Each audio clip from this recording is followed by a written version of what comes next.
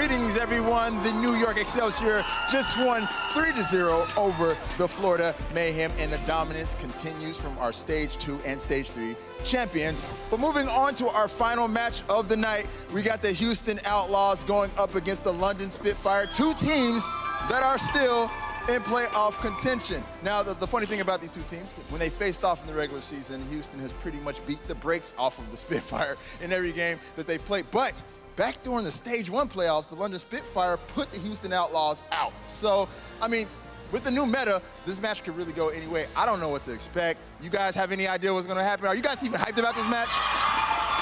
They are very much pumped. So you know what? Let's go ahead and jump right into our final match of the night and get things set up at the desk with Puckett and the crew. Thank you so much, Mike. That's right. Keep it going, Blizzard Arena. We got one more match tonight, and it's going to be a good one. If you've watched the past 3 meetings, you've seen it is, of course, Houston walking away with the regular season wins. But as Malik said, when it was with all the pressure on the line back at Stage 1 in the title matches, it was London coming out on top. This is the 4th matchup. It's in the final stage, the final patch. Josh, what are your thoughts coming into this one? Because this is a rivalry brewing. It is. It's a pretty big rivalry, and it's a weird one as well, because London are in 3rd place in our overall standings, Houston in 8th. And Houston have only really been great back in Stage 1. And so this is like a playstyle thing. Definitely London have struggled a lot with just a playstyle in general of the Houston Outlaws, particularly that Junkrat, I would say. Now, we know that Houston has more ground to make up. If they want to get into the season playoffs, they've got to get a bunch of wins here in Stage 4. London in a little bit better of position, but recently they've been in a slump, Crumb. Oh, yeah. Stage 3 was really bad for London. They started off 0-5. That's exactly half of the losses they already have, actually. And that's not going to cut it. This team is one that is gunning for being the best team in the league. And right now, I think that they're coming back with a bit of a resurgence. They got to take some more time off since they didn't make it to the stage playoffs. But look at that. The first 5 matches, all of those teams are legitimate candidates for both Stage 4 playoffs and almost all overall playoffs. Now in this matchup in particular, we have a very unique Houston squad that seems to have been figured out by a lot of teams. How do you think the new meta is going to affect the matchup this time around? I think it's a weird one because Houston were at their best back in Stage 1, where they're able to play the Junkrat, able to play the Widowmaker compositions. London have really struggled against that. The last few times that they've gone up against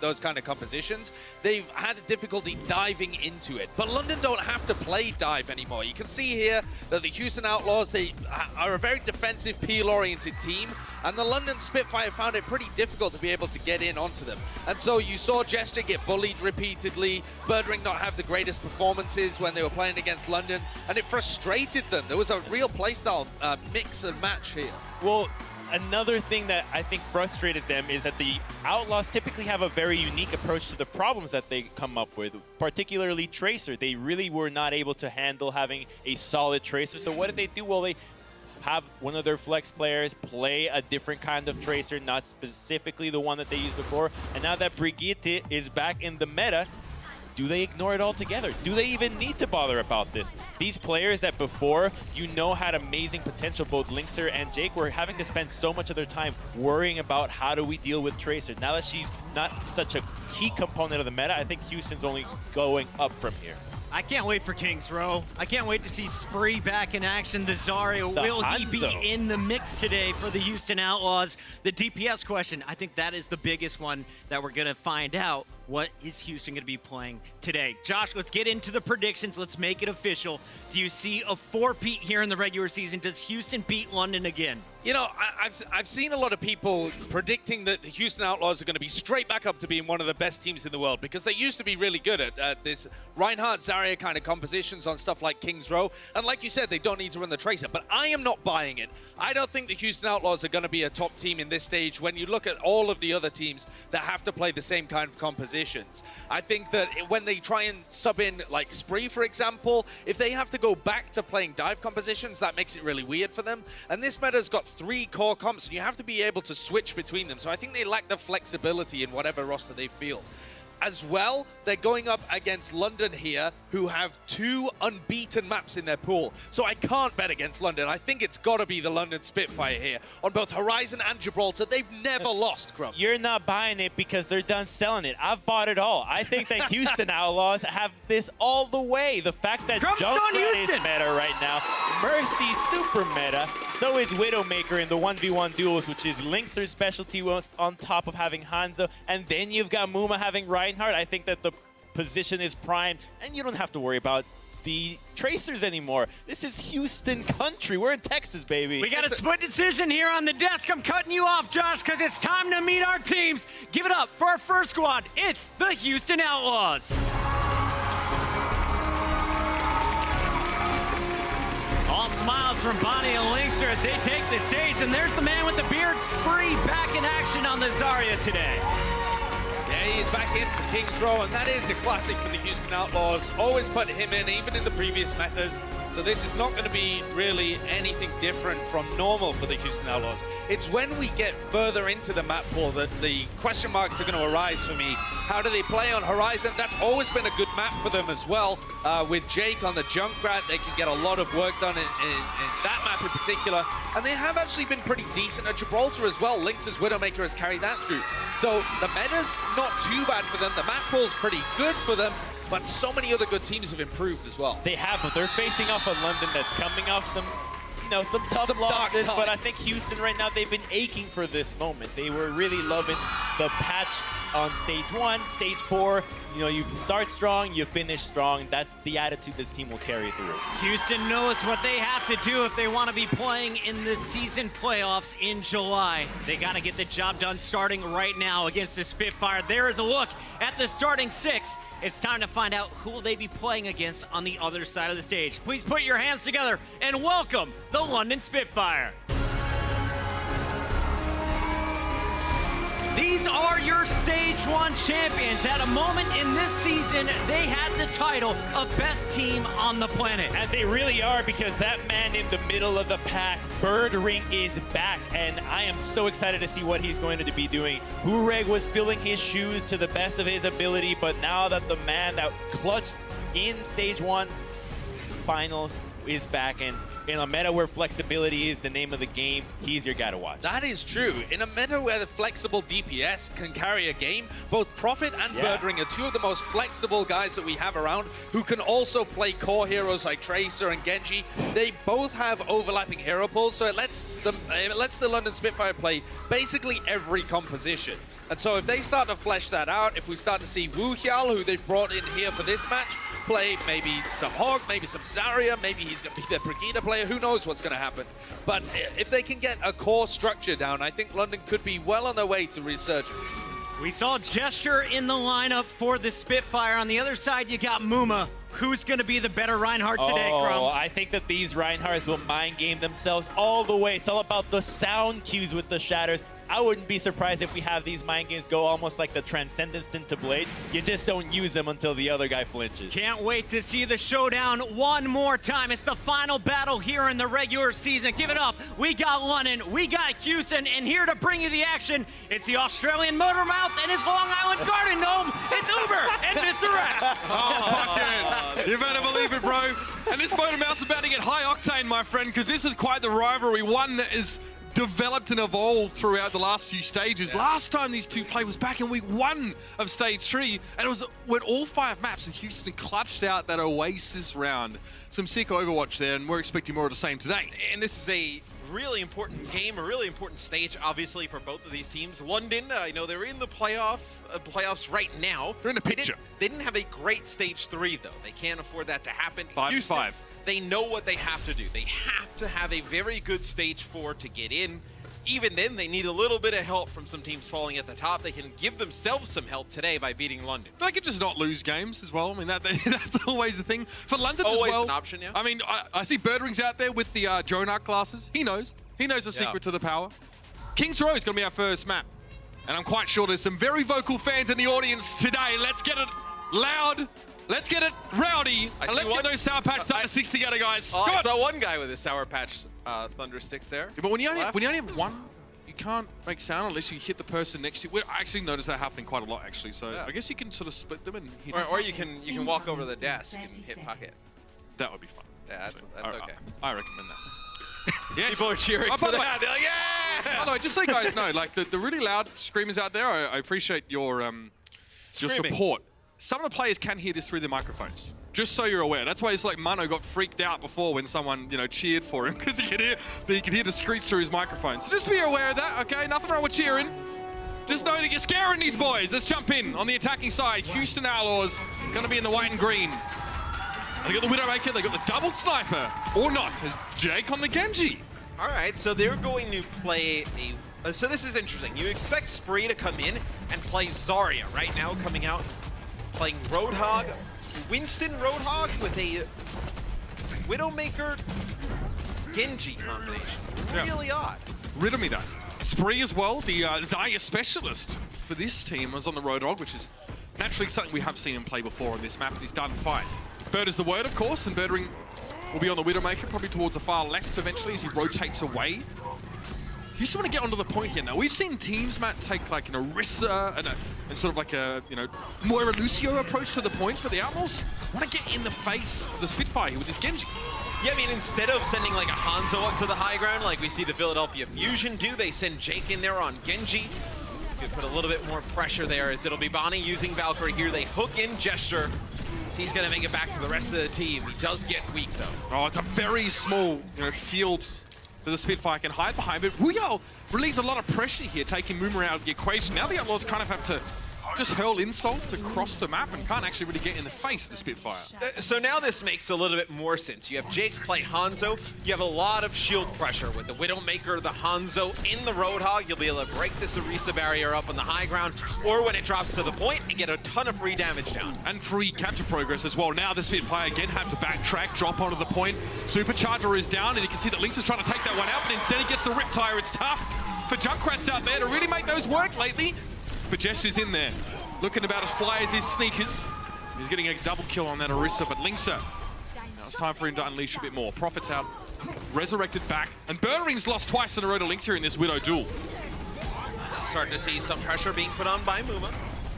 They do get Wuyao again, as Muma is doing a nice job of not going in and getting burst down, now going to use the Primal Rage just to be able to stay in there a little bit longer. He gets Prophet up in the corner. He'll be able to take him out with some help from Jake. That's some nice tank play there from Muma. Very difficult as a solo Winston playing up against the Orisa in that Junkrat combination. Did a nice job of jumping in, just playing in the Orisa's face, not getting too weak, getting out, then going back in. Matt, Birdering has 0 final blows, 0 eliminations, and 3 deaths. Linkser has 5 final blows, solo kills in fact. Very impressive. We don't make a play right now from the Outlaws. This double sniper composition seems to be right up their alley. Again, a meta where maybe Tracer is not so required. Here comes the Dragon Strike through the corner. Wulyao's going to get burst down real quick. They didn't need the Graviton. In fact, they didn't have one because Spree's just switched over, but that'll do the job. And we were wondering who was going to play the Zarya for the London Spitfire. Fury not in the lineup today. Weren't sure if it was in Wulyao's hero pool. He will play Zarya. I mean, we have seen Prophet play it in the past, and he plays a really strong Zarya. It's almost like people that were wondering if Gegari played D.Va and all. It was like, oh, yeah. She's such a great Zarya player. I was like, yes, she plays D.Va. She's a flex stage. She plays D.Va. Wuyao as well, obviously on the Zarya. We actually last stage, or a couple stages back, saw Prophet on the Zarya, and he did fantastically. Some great matches, especially the one against Sol. Jake goes down at the beginning of the fight here, but Linkser finds yet another Riptire from Prophet. He's 0 from 2 on those so far, and Spree is charged up and ready to go. And you know when you bring this guy into a game like this, you're expecting excellence, and you get it delivered. Yeah, and this is why he's on this roster as a whole, is to be a Zarya specialist. A lot like how we saw Kalios for the Boston Uprising a little bit earlier. Spree coming in, doing a ton of work already with a Graviton Surge. That's going to connect with 3 players there. They will all fall at the hands of Muma. Some help from Raucus as well. And Bergering's completely nullified here. You can see him off in the distance. All he can do is look forlornly as that shield from Reinhardt is in his way. Berdering will be caught here as Jake just wraps around the corner. probably feeling pretty good about himself. Wuyol takes a big chunk, and Jake can now set up in a forward position. And that helps, because Birdering going down early or being staggered out allows Jake to get here. Well, here's the downside of playing Junkrat into Zarya. If you're not able to finish off a lot of these kills, you know, that Junkrat puts the damage down on, you're going to give up a ton of charge to Zarya. Spree right now, the average energy, 56% on for London. Yep. Wuyol at 16%. Well, you're also giving Bunny a lot of ultimate charge as well, a lot of healing. So being able to clean up those kills, and Birdering is supposed to be the agent of that kind of behavior. You don't have him, you know, running on all cylinders, then giving a lot of ultimate percentage away in general. Now, Prophet's down already, and I don't think Nuss has the liberty of actually stopping to resurrect. He does that now, actually. It was just around the corner. Muma wants to push ahead. That's the Graviton surge here, but Jester goes down and immediately gets hit there by the scatter shot. Inlinkser takes out that Riptire. That's what they were going to follow it up with. It'll be Valkyrie use here from Bonnie.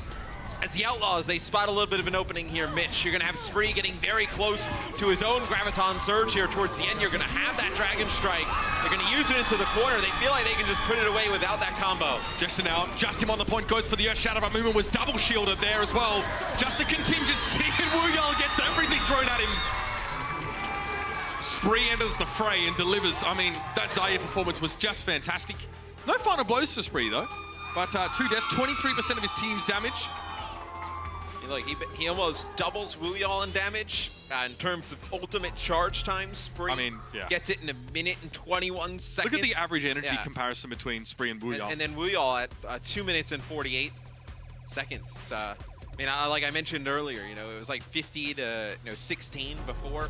I mean, now Spree finishes with 63% average energy to Wuyol 16. That is rough, especially when, okay, you're not playing against the Junkrat as Wuyol, right? So you can't really get all that stray damage. Also, 62% primary fire accuracy for Spree, so tracing quite well on that Zarya. Force to be reckoned with. We missed him in the last stage, safe to say. When he's in this roster as well, I wonder if we get to cut to their comms at all for the Outlaws, because you've got Spree and Raucus are both very talkative, and obviously Jake is known to be fairly verbose, so you have a lot of discussion, a lot of conversation. Lynx has said in an AMA a while back, that was an all-access pass AMA, that, you know, he sort of just quiets down a little bit and lets those guys do most of the talking. But whatever's being discussed, Matt, is being implemented quite effectively. I would call that a very clean attack for the Outlaws. I mean, look at Spree's player cam right there, just looking down the line, talking to the rest of his team. Really strong communicator. Matt, you spent a stage on the bench, and you know that it's not your time. You know the meta isn't right for you to come in, and now it's your chance. You're up here against your, I would call London the rival of Houston. You come in here, and you're going to give it everything, man. This is, it's not the shot. If you're a specialist at a certain hero, you have to come in and play that hero pretty damn well, right? I mean, if that's your one job, you have to be able to come in and play that hero at a high level. He did that early. Yeah. Interesting Prophet coming out here, looking like potentially far at the beginning. This would tell me that they think Houston was probably going to run like an Arisa Junkrat on defense. This might be a sheepish little, U-turn back to spawn and switch for Prophet here. Now, okay, so he knows there's probably some hit scan afoot. Notice his positioning, right? He's not peeking around this corner very aggressively at all. He did see the Widow.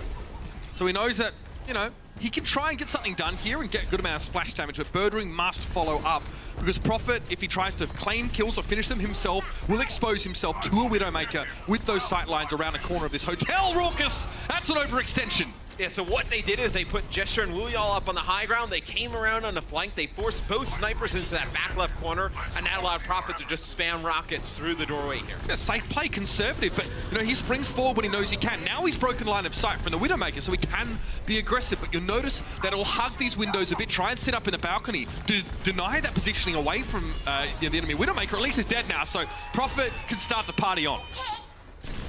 See if they'll be able to make any type of progress here, Mitch. That would be they did lose two. They lost Nuss and Wuyol. Wuyol is actually D-mech, so they've left him out of his mech here. Spree will chase down Gesture. This should be Houston able to hold on. They still have not dealt with Prophet, though, behind enemy lines. Prophet now dealing with Lynx very close up. He's down to 4 health, and that's a Dragon Strike shot through the hotel. So that will deny London the ability to set up there for that brief period of time. There's Prophet. He extends a little bit too far, and Lynx makes it double. And Birdering's blasting off again. He had to kill Birdering real quick. He had to snap onto him pretty fast, because he basically kills Prophet. They both have infrasight, and then he just turns through the side window and just rips his face off. think. So how does this go down? So he's knocked to the low ground. He actually takes a hit from Birdring, so he has an approximate idea. He knew Prophet was 4 health. He knew Prophet was very low because they already had just traded fire. So that's a really nice follow-up on Birdring, though. If he can stay safe here, that's a huge boon to his team. Prophet will continue to play this Pharah for the time being, despite there not being a Graviton Surge to necessarily give him a guaranteed, swath of kills. Yeah, I was just going to say, there's nothing really to combo with this. I know, Rocket Barrage, that'll be a grab that's laid down there for free. That's a hand trigger, isn't it? He just goes for it. Birdring down, Jake finds Prophet though, right? So the Hanzo dealing with it. That is, okay, Nuss, that's ballsy. Comes in for the Resurrect, despite enemies being in a very close vicinity. And now with the Outlaws sort of backing up a little bit more, there's an opportunity. Muma now realizes he may have extended a little bit too far, but the Spitfire can't follow up on that Transcendence because Muma just backs away and Linksa finds Prophet again. Well, but Ocean has to use the Transcendence. He's starting to get hit by Muma through the side and then just thinks he's coming around, potentially trying to finish him off. So Jake with another Dragon. He could just split them on the point here with this Dragon if they wanted to. Oh, Dragon Strike will come in.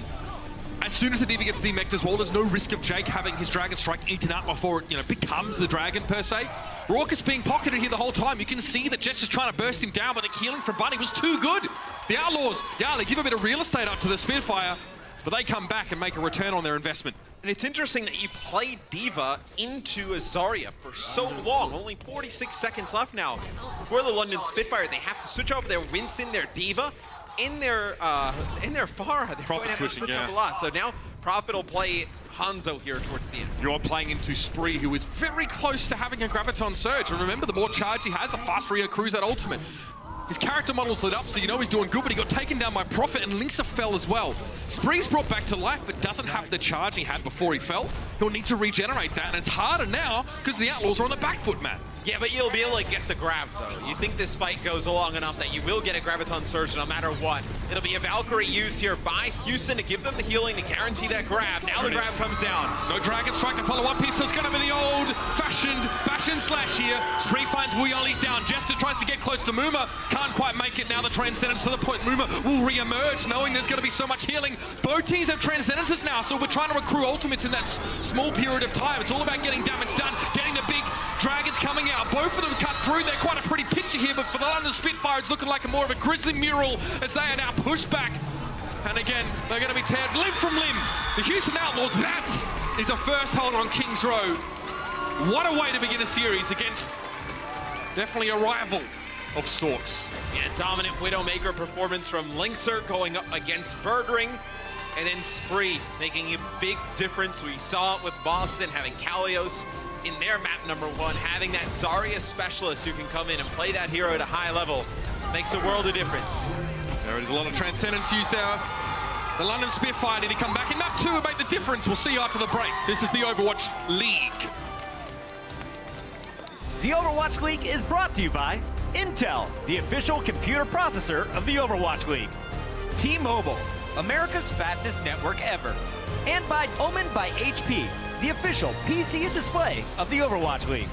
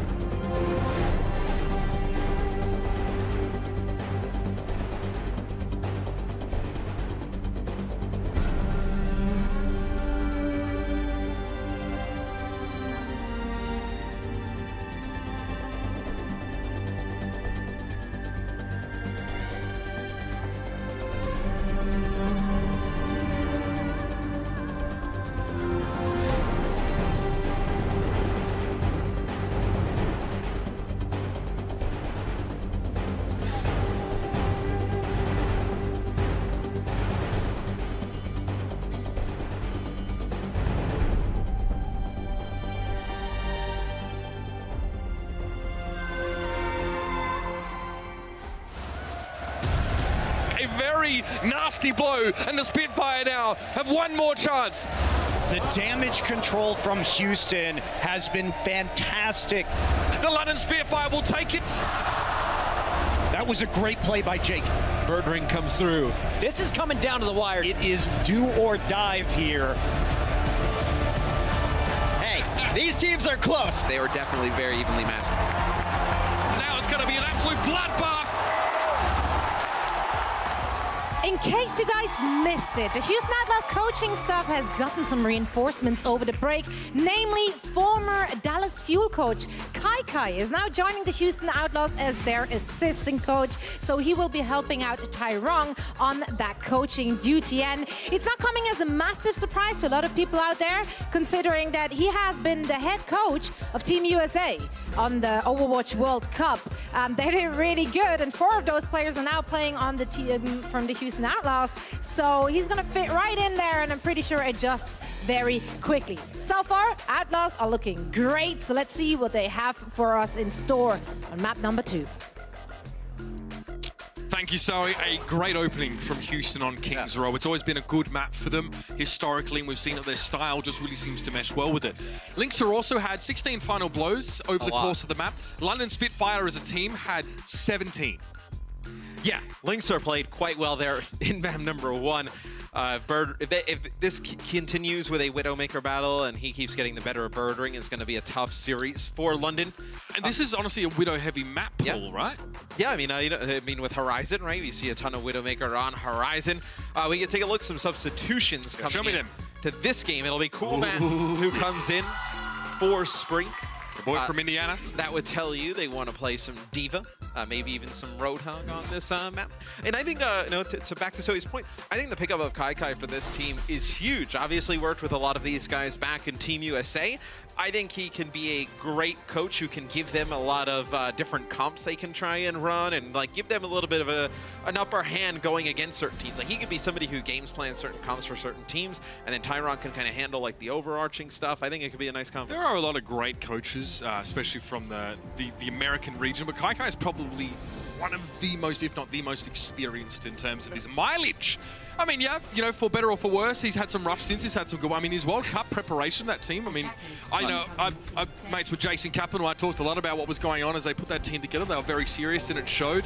I mean, makes you feel good about this year as well if there's so many good coaches and candidates coming out. Remember, you can actually, vote at the moment for your community representatives and coaches for the Overwatch World Cup based on what region your BattleNet's linked to. So get on that because there's some really great candidates. Aero, of course, even the new coach for Dallas Fuel is up there. So get voting and make sure that your country has the best shot at the World Cup. Let's jump in, Matt. Let's get serious. London Spitfire on defense here. It is that anti-dive composition. You got the Junkrat, you've got the Widowmaker. And what is this from the Outlaws? Yeah, they're going to play Widow Diva, and then they're going to play a Winston, Tracer, Zen, and Mercy. All right, so we were talking about this in the break. We're thinking, what if the Outlaws get a flanker to try and pull someone back to the point? And that's kind of what Jake's doing, right? This gives Houston some more high ground to work with. Well, even better, they kind of force everybody back to the point as London gives up that high ground position. Usually you see at least like, I know the Orisa and the Junkrat sit up on that high ground, but they go right back to the point. This will make it difficult for Birdring to get really safe sightlines. Jake was saying to me, actually, everyone said he'd be playing a bunch of Junkrat. He reckons he's never played less Junkrat in preparation for a season. But Birdring gets the better of Lynxer now, which may be for the first time in this series, if I'm honest with you. Hopefully to start a big trend. That's a nice pulse bomb, Jake. Lands that one, and this Tracer's looking pretty sharp. Now it's Wuyal and Gesture here on the point. It's just the two of them as Prophet's kind of been cordoned off for the time being. Jake finally falls. He often has problems with Zenyatta's, and many Tracers do. And Medoshan's really starting to kick it up a notch. They do have London pushed into a very difficult position, but that'll be a Riptire that comes out from Prophet. Runs it off the wall there, buys a little bit of time. RIP tire for Lynxer. Yeah, Houston will have to back out here, but they can keep putting pressure on, right? Because Jake's going to be able to get over here pretty quick. They res this on Lynxer. As Jake potentially trying to catch players coming off spawn. I'm not exactly sure if he knows if Birdring is passed or not. He will know now because I believe Lynxer is trying to track Birdring's position. He's seen the Venomite now, so they should be able to put 2 and 2 together. Jake, though, can harass Bedoshan here as well. Tough job for him having to go up against these top Zenyatas and get behind him, but he gets Bedoshan. Big pick off now. He'll try and camp the corpse, and you see the Nuss comes back with Wuyal to make sure the Mercy has access to bring Bedoshan back. But Nuts has to use Valkyrie to do it. So now Houston will just back out a little bit. They have their own Valkyrie up. Supercharger active with Jester. It's tough. You see, he catches Bunny there, the hold just to keep the Mercy in place while he peppers her down. And Jake, unnoticed here for the time being. He's being pursued now.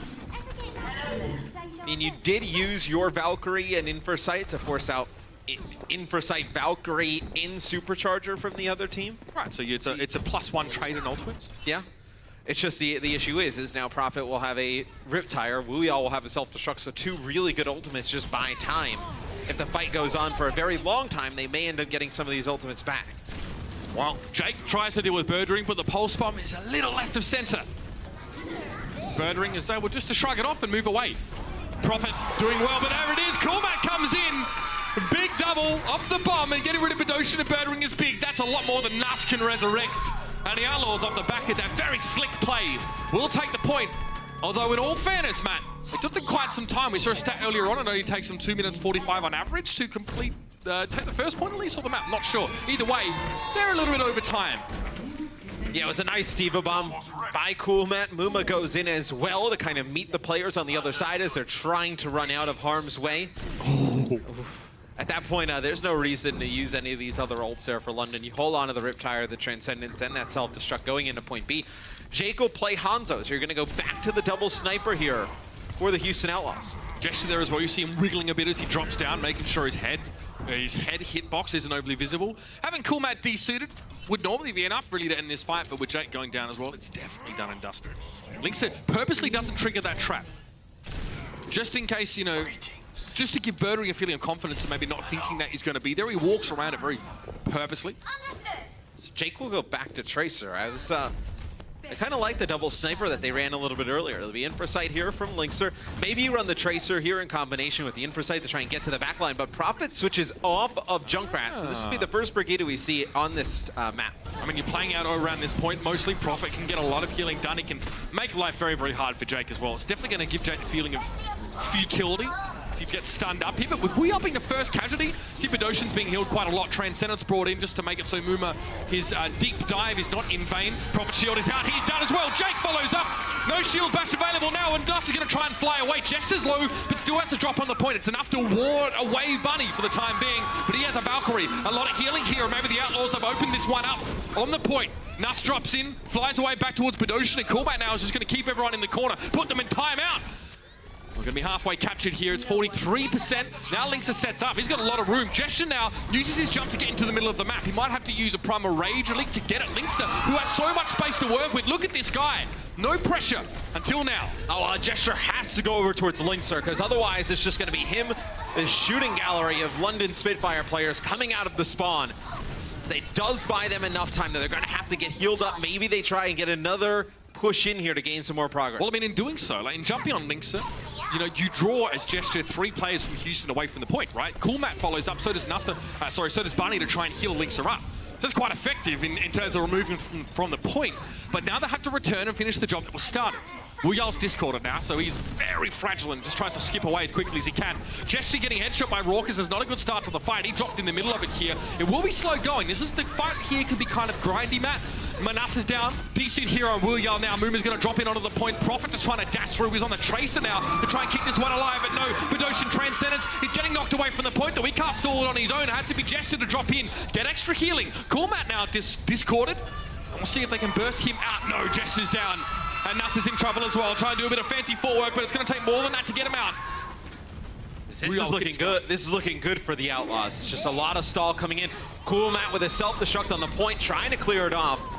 Nice use of the translocator there from Birdring, but yeah, it does. It felt like they did a nice job disengaging. They got everybody healed up, and then they went in yet again for that second real strong push after they get that first tick. Yeah, it's just in and out, back and forth, just trying to stretch those ultimates out as much as possible. It was no reinvention of the wheel or a Riptire in this case for the Houston Outlaws. You can see them just playing quite safe. A lot of good protection as well. They're very actively peeling for someone like Linksa, who's off towards the side, and you can see you give players like Raucus, you give players like Linksa space, and they will pay that back in dividends. And I do love that peel-oriented focus that the Outlaws really personify. Well, and I think the pace of play this stage will definitely suit them better. You know, the Oh, Jake's talking. Great. Yeah, the frantic play of like a dive composition when you have that Genji and Tracer and Winston, and they have to coordinate, they have to be on the spot, make so many split-second decisions for their own.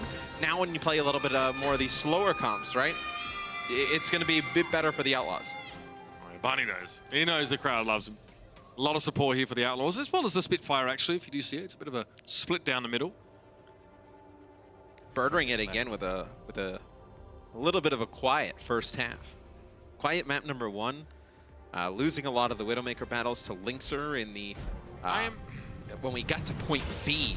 I mean, every time Birdring would come out of the spawn, Linkser would just kill him. I'm reminded a little bit of timing, actually, when I think about Birdring and sort of his fluctuation, because I think as a Widowmaker player, you need such an endless supply of confidence to sort of go into these Widow duels against a player that may actually be dominating you. And we even saw this the other day yesterday between Dallas and the Dragons. You know, Timmy was actually, you know, sort of peaking very passively against Dio, you know, a player who used to be incredibly confident, old Moo as they called him, you know what I mean? And like, your mindset makes so much of a difference. So it's quite possible that Birdring just needs to settle back into the roster here and recover what was lost in terms of the mental fortitude. Well, I would say that's it for me, the mentality. You know, playing Widowmaker, there is so much focus being put in, right? Like, obviously with just the mechanical skill involved, but going up against another top-tier Widowmaker, like, it is such a difficult battle to go over and over and over again each week in scrims. Like, it's got to be mentally tiring to play a ton of Widowmaker. I would say Fleta has a huge amount of mechanical skill, but is not the most cocky or aggressive or super confident Widow player, right? Oh. But Linkser, on the other hand, despite being a very polite and well-spoken gentleman, is just a menace on the battlefield here. He loves going for those head-to-heads, and he had the title of the strongest counter-Widow player in the league until guys like Sire Player started rocking up, Architects of the world, you know. This is so rude. This is targeted harassment, Prophet. Oh dear, Jake. Can't get out of sport, and Prophet has successfully cut off the umbilical cord here for the Outlaws for the moment. They smart play. I mean, you get a lot of the damage from the Outlaws out of the way. You're also having Bedosian play Sombra here, so they tried some of this on Junkertown, where they played Bedosian on Sombra towards the end with the solo support, with Nuss playing Mercy. At that time it was Closer playing Mercy. I like it here though because you can draw players down to the point. You can get really high value EMPs pretty easily as well. So I just respect this from the Outlaws, right? They realize that their reinforcements are sort of being intercepted, so they back off the point, give up a bit of space, and then come back in if you can actually get everyone in position. Problem being is that Real has intercepted a lot of them.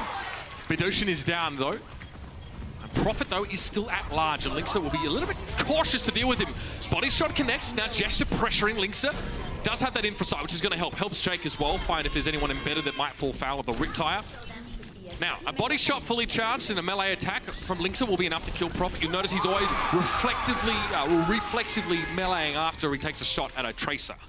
And you did get the Riptire kill on the Gesture, so you get rid of the main tank from the London Spitfire. Then you take Birdring out. You're able to back up London just a bit. You do have this big EMP coming in from Bedosian. Rock is getting very close to Transcendence. You have to have an idea if you're London that he has Transcendence. That's the support ultimate you haven't seen come out yet. So you have to make sure you land this EMP onto Rockus. You can't use the EMP, then let him come in with Transcendence and save the rest of the team. Now, Muma can spam chokes and reveal. Yeah, see, he thinks Bedosian might be there, and he's correct. Bedosian's now been revealed, and that means he won't have a chance to go deeper into the backline and get an EMP that would otherwise have actually affected Raucus and removed his shield. But the Londons don't really seem to be bothered too much right now. They get a good DC there on Coolman. That's going to reduce the flexibility of the Outlaws a bit more, and Banny's hack, that could be a problem, but he's going to sit inside the Transcendence, which Raucus was able to use. And now you're going to use the EMP. So the EMP comes through, you connect with 3 members of the Houston Outlaws. Just not a lot of follow-up though, Mitch. I mean, look, Raucus was already dead to a pulse bomb before that EMP came out. So it's not as if that EMP was used specifically to try and secure the enemies in the other kill. And then the follow-up was still kind of average for the Spitfire. They were split. They'd already dispersed throughout the course of the chaos of the fight. I mean, now you have Bedosian switch over to Zen, and you don't exactly... We got a good use of the EMP, you didn't get the follow-up. You know that Raucus used the Transcendence, so you know you're about even in terms of ultimate charge with those Transcendences and Zenyatta ultimates. But now Jake's going to have a Riptire, and Bonnie's going to have Valkyrie. Bonnie has a Valkyrie because he got hacked last fight and couldn't use it. Going down now, there could be a problem. Birdring finds the optimal pick. and gets rid of the Mercy for the Houston Outlaws. Now they need to survive without a Prophet. Oh no, he does eat the trap, and Muma has the extra damage there as he's firing on all cylinders, literally and figuratively. We'll have to take a step back though, because I believe Bedoshin gave him a sconning as he came past the point, and now just these two have to hang out. Raucus and Muma. No, Muma's down. It's just Raucus to hold the point, and they won't be able to do it. But admirable from the Outlaws. They hold the Spitfire for about 2 minutes longer than they themselves were held. And that sets them up into a defense. Now the Spitfire have got to start going tropical on them. And this is where we've seen Houston have a lot of success on Horizon. On point B defense, you have Jake sit up in the rafters on Junkrat, just spam those top doorways, deny that area. You have Linkser look towards the middle in that right-hand side, and you have that area denied as well. Memories of a halcyon era of Overwatch. Jake in the rafters. Get him some birdseed while he's up there now. Pulse Bomb not connecting from Prophet. There's a ban. He's able to get away, but Raucus is down to one. There he is. That's your boy. Coming in from the top rope. And Nuss is down as well. Jake, he's doing a lot of damage there. I think that's the safe way of putting it now. Birdwing getting rid of Cool Matt. Means that Linkser has one less layer of protection. That defense matrix won't be able to give them the edge, but Raucus wants to get involved. But Birdwing realizes he can't handle both of them at once. Yeah, I mean, if you remember when they used to play this, it was so difficult for teams to put any pressure up on the high ground. You have to send your Diva up there, Jake DMX the Diva, then everyone's trying to get to the high ground here, and they get taken out as well. I think the issue here, Matt, is that 50% of your team can't access Jake directly. And now it's a weaker Diva than it was in the past, right? That is true. Reduced burst damage by 21% on Diva. Those micro rockets not nearly taking as big a pound of flesh as they used to. And that could have been a good riptide here. The Transcendence wouldn't really have saved London from it. But it didn't really go where Jake would have liked it to, and he wanted to get rid of it so he could operate properly as Junkrat, not as the Riptire. Jake gets rid of Nuss. Birdwing, though, this guy is causing so many troubles, and despite him going down, he got 2 massive picks. Nuss is down. Pulse Bomb not stuck. That's fine. If you get the Widowmaker in the Mercy, you will take that every single time. He shoots a bunch of grenades down from the Raptors, and it actually takes out Birdwing. And then he sees Nuss going for the res. He just jumps on down, knows he's probably going to give his life up in the process, but make sure he gets the kill on the Mercy. That is filthy Widowmaker play there from Linkser. It's almost like Wear was trying to bait Linkser's attention by quickly crouching, and then perhaps Birdwing thought he had a chance. How much more aggressive is he playing today than normal? Right? Definitely more. I mean, there were games, especially in the first half of Season 1, where he just said straight out on Twitter afterwards, I'm not feeling confident. I feel like I get in my own head. And I'm thinking, bro, you're one of the most aggressive Widowmakers I've seen. Have you watched yourself play, bro? like why are you not He confident? lives for the duel. Muma, however, doesn't live anymore at all. Prophet has cleaned them up, so the Outlaws play more passively now. They lack an engaged tool and don't really have the durability. All right, Linkser redirects himself slightly, but Ocean gets a face full of it, though. That's so nasty for the Spitfire. They really needed him in the fight, and they brought him back as a result. Resurrect on Linkser. It is completed, but Birdwing's starting to pop off now without Linkser there to keep him in check. Linkser returns. Is it too late? No. Headshot on Birdwing. Has found him again. He's winning that Widow duel 9 times out of 10, Matt, and that's no lie. Muma drops in, but his primal race ticks out and expires as he realizes he's about to face down as Zenyatta, so he opts out of the duel. Yeah, Birdwing doesn't really have a great opportunity on the second attempt to take Linkser out because he's got Cool Matt right in his face. Cool Matt just kind of parks himself right to the side of Birdwing, eating up a lot of those shots with Defense Matrix and just, Diva's mech. And Linkser's able to just get a free headshot onto him. Now you have the infra sight. So you see, look, they keep going up here trying to challenge you, get these players weak right off the bat. And that bubble from Jester was good, though. He wasn't affected by the mine at all. Jake has to be careful, but he found Birdwing. Somehow stayed alive. No, you can see he's punished there for that one. Some Junkrats will pull the Riptire early just so they can be in command of their own physical body. The corporeal threat was definitely bound for Jake, and it was a pulse bomb in the form of Prophet. So now, 15 seconds left in this one, and London have to come up with something big to have a Transcendence. So park themselves on the point without using Transcendence, hopefully, and they'll be in good shape, but they haven't come up with an answer to Jake yet, Matt. You're going to have a Transcendence here for the Houston Outlaws as well. As London will get a touch, it'll be Prophet jumping on it with Gesture. Gesture can't stay and harass Linkser. Maybe he can now. Linkser might want to try and duck into Sport, and he does. Gets the health, but he has to leave the point for now. Weal actually gets desuited and has to self-destruct as a result of being blown up by the self-destructive Cool Matt here. Linkser's trading blows, but Prophet's down. Linkser is just animal mode right now. Gesture and Weal sticking together, but Cool Matt wants a piece of this now. Gesture goes down, and it's a late Transcendence from Bedoshin. He can't keep his teammate alive. Now Birdwing needs to respect here what Nuss being removed from the situation. Situationist gesture on the point. They will need to attend to this soon. He's accruing capture percent, but that's it. He's knocked off of the point, and the Outlaws 2-0. Last time this was a 5-map affair, Matt. It might not be nearly as close this time around. I mean, Linkster and Jake combined for 34 final blows on that map. That's about the same amount that London have, isn't it? A great performance there from those two players, man. Looking much better in this meta. Houston Outlaws looking strong. We've got a break coming up, and then we'll break down what we've seen so far. Stick around, guys. Much more to come. The Overwatch League is brought to you by Toyota. Let's go places.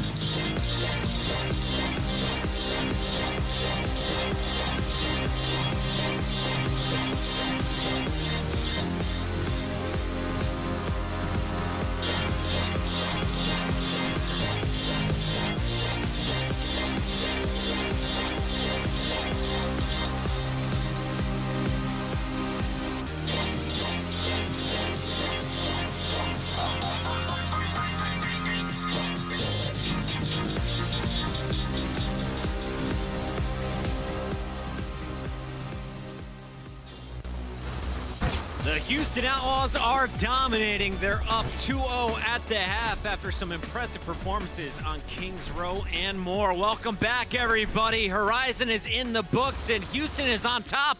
Something a lot of us didn't expect, at least one of us for sure, did not see this one coming. Sideshow, I want to start with you because you said we got to look at the maps in this series. This is London's for sure.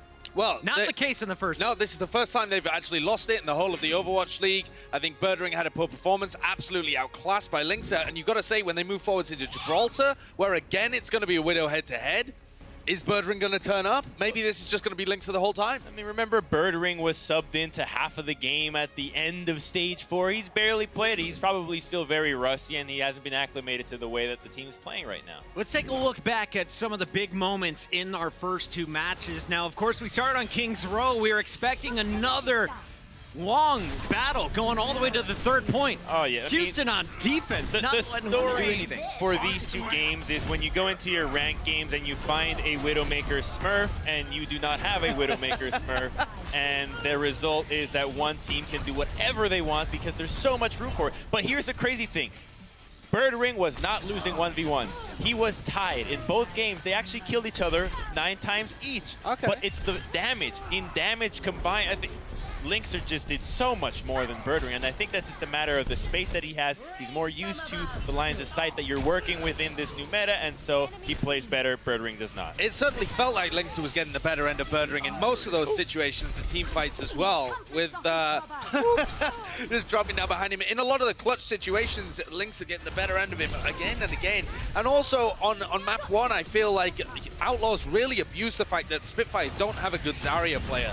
Wuqiao not turning up on that hero. They've got Fury set there on the bench as well, but does he have a good Zarya? Who knows? And then when it comes onto this map, I felt like London Spitfire, they did the right things. They pushed people into the right positions, but they were never able to actually get the picks that they needed. Again, Linkser dominating Birdring in the Widowmaker duels in terms of the impact he's able to put out. But Dojin knocking up a couple of these situations where he had the EMP active, and London just not able to execute. Well, something very interesting, like to me, this is London clearly struggling with the current meta, because in both games, they're switching up to a composition at the very end. And we're going to just take a look at the stat card here. Take a look at the difference here. This is what I'm saying when you have a Widow smurfing and the other one is The not. eliminations? The eliminations is 50 to 19. Ouch. Like, that is Yeah, you that's ridiculous. dying way more, dealing significantly less damage, and equal final blows. So that's clearly a Linkser that knows exactly when to peek for Birdring and when to be shooting somebody else. 34 final blows in your first half. If you're a Linkser, what is the goal number? Because I have a feeling if you keep playing this way, it's done in 4. Oh, see if you can get it to triple digits. See if Triple you can get digits. 100 final blows by the end of it. Yeah, why not? The guy's on fire. You know, sometimes Linkser is this X factor, I feel. You know, the rest of the team, they put up solid performances. Houston Outlaws, they got good teamwork in general. But when Linkser's on fire, it can be a little streaky, but when he's on, he is incredible, especially at Widowmaker. We still have Lijiang Tower. We still have Gibraltar. Sideshow, you are the person that chose London. Yeah. You still have faith in the Spitfire. Can they turn this one around in the second half? I mean, they can if they start playing a lot better than they have done in the first half. Will they? It seems unlikely. I think Gibraltar, they're unbeaten at it over the course of the Overwatch League, but that was the same for Horizon. And I can see it going exactly the same way, where they just get dominated in the Widow battle and end up getting snowballed. So it looks very much like Houston Outlaws are going to take this one. It would take a gargantuan effort for London. Crumbs, you're halfway to the correct prediction. What is the final score on this series? How do you see it playing out in the second half? 4-0. Yep, exactly. 4-0. No howls for that. No how. No one's screeching out there. They know it's fact, right? You know what? To them, it's already a given. They don't really need to hear from They got somebody else. distracted They by the believe it in their T-Mobile. hearts. They're just looking at the T-Mobile banner. That's what they were chanting the whole time. All right, T-Mobile. let's talk about London, though. If there's one player to step it up in the second half, is it Prophet? Is it their tank? Is it Birdring? Birdring. Linkser is obviously the key player to shut down on the other side. Who needs to step up, Sideshow? I think it's got to be Birdring, right? It's got to be Birdring. If they don't shut down Linkser, and they can't do that just by rushing everybody at him, that would just let the rest of the Houston Outlaws win. So I think Birdring has to be able to step his game up. Yes, he had the same number of kills on the opposing Widow, but he's just not getting the same impact, not getting the same amount of kills overall. Looking forward to the second half. It is loading up right now. When we come back, we got a big battle. Can London bring it back? They'll need a win on Lijiang Tower. We'll see you in a minute. The Overwatch League is brought to you by Sour Patch Kids. Sour, sweet, gone.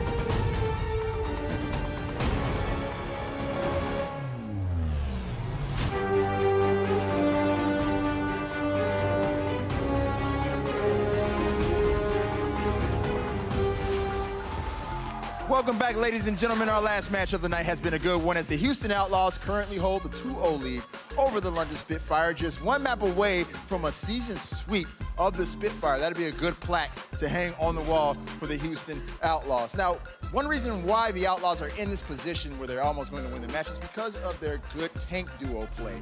And for all you guys who have Twitch All Access at home, half of that tank duo is going to be doing the AMA. Muma will be doing the AMA tonight, so if you want to ask him questions like, does he like that new Tracer skin, or if he prefers the nickname Young Austin, tonight is the night to ask him that and more. But anyways, guys, it's match point Houston. Can the London Spitfire prevent themselves from being swept in the regular season? Let's find out right now and send it back over to our casters, Uber and Mr. X. So, Matt, did you just hear the All Access Pass subscriptions just going through the roof? Yeah, I did. I'm going to watch that. I love those AMAs, though. They're really, really cool. If you do have All Access, you can switch over to the Command Center if you're on the regular stream at the end of the show and watch that. If you don't have it, go get it. I got nothing for you.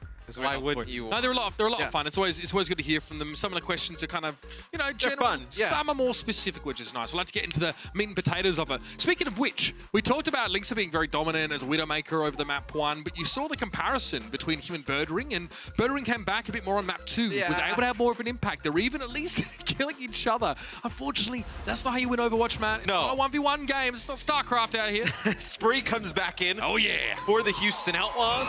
Raising the average pitch of Houston Outlaws comms by 50%. In typical London Spitfire fashion, we have a lot of substitutions. So Closer will come in, Hagapun will come in, and then Fury will come in as well. So we weren't sure, I saw on Reddit today. There was some injury concerns for Fury. Yeah, with the shoulder thing, seems to be okay though. He'll be in the match dabbing today. Fury, that's all.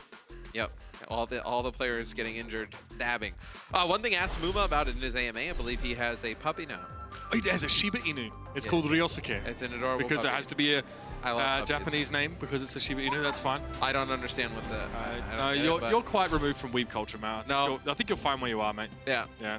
My dog's name is Hugo. Hugo. It's easy to say. Because he's a boss.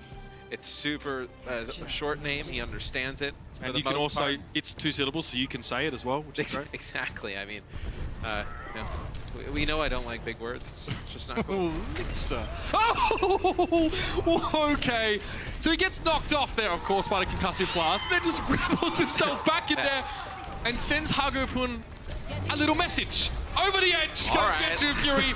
This is already out of control. I'm really trying to not be at 110% at the start of the game, but I'm not being given much of a choice, Matt. Save me. Here's what I would do if I was Flame. I would go to Linksa after the match. I would ask him, what did you do today? Walk me through everything you did today. Where you ate. Same thing I do every day, Flame. What time you Try woke and up. take over the world. And then I would tell Linksa, I was like, okay, this is the regiment we are going to go with every day. You can play like this, man. He's been out there eating these Wheaties.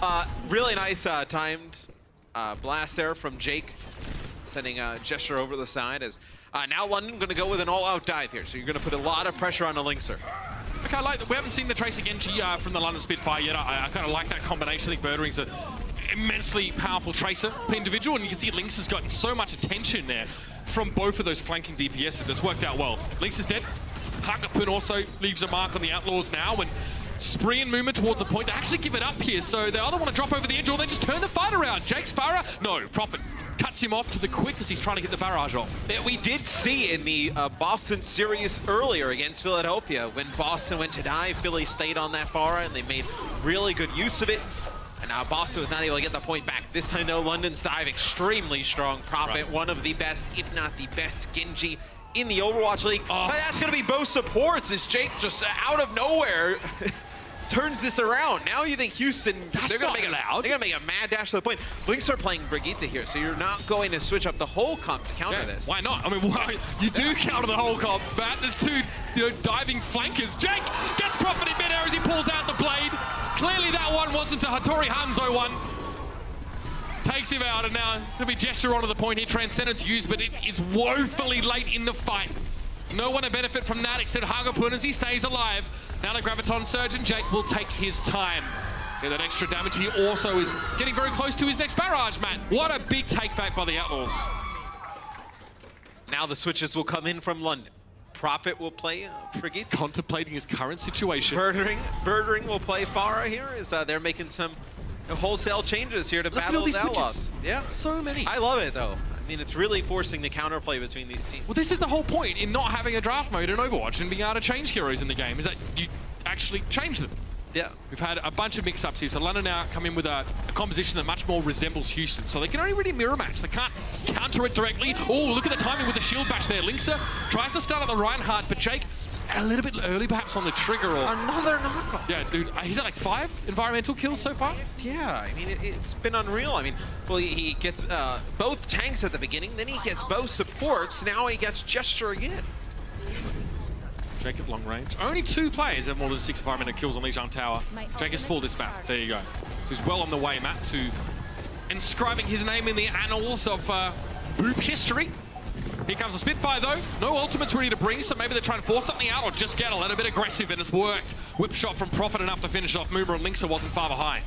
Yeah, and that's a lot of damage that Birdring is putting down on the flank that nobody turned and tried to make any type of detraction from Birdring just standing there above, putting that damage down. As Lynx are getting close to a rally, same with Prophet. You imagine, I know everybody to group up, rally around these Brigaders, get the full effect of those armor packs, but I know you'll see a Graviton Surge on both sides. It'll be Jake just closer to the Rocket Barrage. From London, we need to see a very good transcendence here from Hagopun, and it might not even be enough despite that. With a barrage just smashing them, if it's damage boosted, that's also going to make life a little bit harder. Okay, first rally for Prophet. Now the Outlaws might want to try and interrupt this and get into the fight. Oh, that's a big Graviton! Everyone's inside it, and Jake will have a fight dinner. That's 4, and he'll probably try and chase up a couple more. Close the thought about the resurrect. Jake has 5. Man alive! Or perhaps no man left alive for the London Spitfire. Not much left of him there as well. Just dust and old wives' tales of the Spitfire. Won't be getting back to the point here. And the Outlaws are just one small step from securing a series here in map 3. Another great Graviton Surge coming down from Spree. We saw them in game 1 when he played on King's Row. See another big one here to assist Jake with the Rocket Barrage. And they see that little camera shot there was London seeing stars. They are dazed. Let's have a look at these boops, the compilation from Jake. Oh, we actually had the barrage in here as well. So you see he's damage boosted by Bunny for the entire duration. That's pretty rough. It's rough for London. So he comes through with the Rocket Barrage. 7 final blows there for Jake in our first round. 48% of the team's damage there. 48%. Well, I mean, he was the solo DPS for an extended period of time. Now you're going to see Prophet play Junkrat, so they're going to play Junkrat into the Zarya again. It did not work out. Okay, but if Birdring's firing, that could be an in for them. No, it didn't work out on King's Row, though. I mean, now you're going to go back to it. That's actually both DPS players down here early. Prophet with a mine to Bonnie will take him out. So you get a good start here for London. Okay, no Brigitte sightings yet, as Linksa will want to challenge Birdring out. You can see Birdring's about halfway towards his first infra site, so he's had a very good start. The Spitfire were quick out of the gates and controlled the middle of the map, forcing the Outlaws inside these tunnels here. Reinhardt will help you get through, but see that Moomer's eaten a fire strike just recently as a suggestion. Now we'll come forward. Bubble and Jester now expiring, so he puts his shield back up. A close has been taken out. Raucus, great shot from him. Jester's low. Oh, Moomer, I don't know how he connected that one, but he threads the needle. The main tank from the London Spitfire crumples at the front of a 2010 model car. It's really impressive to see Muma play this Reinhardt. Coming into the Overwatch League, everybody talked about his Winston play, but if you ever watched any of Muma's streams, you know, he feels that Reinhardt is his best tank. Yes. So seeing him come in, play Reinhardt at a high level, I mean, that's huge. You know, a lot of other teams, you know, potentially have to make some substitutions when the Reinhardt comes into play, but not the Houston Outlaws or even London. What do you think about this, Matt? Prophet picking Brigitte into this Pharah and Widowmaker. Well, I don't necessarily hate it. It's just depending on like if Linkser finishes off those kills. It's all about Pharah's going to put down a ton of damage, right? It's just whether you can follow these kills up or not. If you can't, then you're going to give over these support ults pretty quick to London. They're going to get beefy and get on the point. If you're finishing the kills off, it's going to be a quick match. Oh man, he does get shield bashed, but Jake comes in and follows up. Birdring stops him in his tracks, but Spree was still able to find 2 kills amidst the roiling mass of bodies that was the Graviton Surge. Earth Shatter as well here for Houston. And there it is, the Spitfire. Wiped out, 51% for the Outlaws. They are so close. Well, I mean, if you're London, you're kind of contemplating, like, what do we do? Do we play I almost think you need to like mirror it with your own Pharah, because playing this Brigitte and trying to go through the chokes, you're going to take so much damage on the way in, and you have no way to get Birdring in position safely where he can handle this. It'll be the Transcendence that comes out from Raucus, saving everybody. Hashtag where's the follow-up? One of Doa's favorite lines in ranked, and the Transcendence comes a little bit late in the day for Hagapun. Can they bring Prophet back? They probably can resurrect him now, if needs be. They haven't tried to do that yet. They're playing on the point. Jester gets himself there just to try and stall this one out. London might even take the point. Muma, casualty of war, gets charged up against the door jam by Jester. Good opening to the fight. But Muma has returned. Yeah, well, you res Muma, and now Birdring is dead for London. So who is going to handle Jake in the back? He just comes through the back. He's putting down so much damage to these players on the point. Jake still has 37% of his team's overall damage now that Lynx has switched to Widowmaker. Big impact player. Spree and Muma versus Hagapun, Fury, Jester, but now the rest of the Outlaws have arrived, and they're making a bit of a ruckus here. That Earthshatter field goal straight into the doorway, and the Graviton does not miss. Muma double charge, of course, he brushes Fury with it, gets enough damage to finish him off. Now the Spitfire, in all fairness, took the point during that stoush, so Houston would have actually had the round and map and match had that not happened. Yeah, now Oh, no! I was going to say Birdring playing Tracer here. As soon as the rallies use the rocket barrage comes down, this is it. Jake is just destroying London Spitfire limb from limb. They are torn. And yeah, get yourselves lounging, Outlaws, because you guys are on the road to sweeping the Spitfire. It's already a series win. And Spree on the Zarya again. 12 Graviton Surge kills for Spree. That's 3 kills for every grab he laid down. No kills come out of any of the grabs from London. Astonishing stuff here for the Houston Outlaws, coming out of the gate strong, and they finish well. One more map to get the job done, but it's just for bragging rights. Now Houston will take the series. We'll see you after the break, ladies and gentlemen. The Overwatch League is brought to you by Intel, the official computer processor of the Overwatch League. T-Mobile, America's fastest network ever. And by Omen by HP, the official PC and display of the Overwatch League.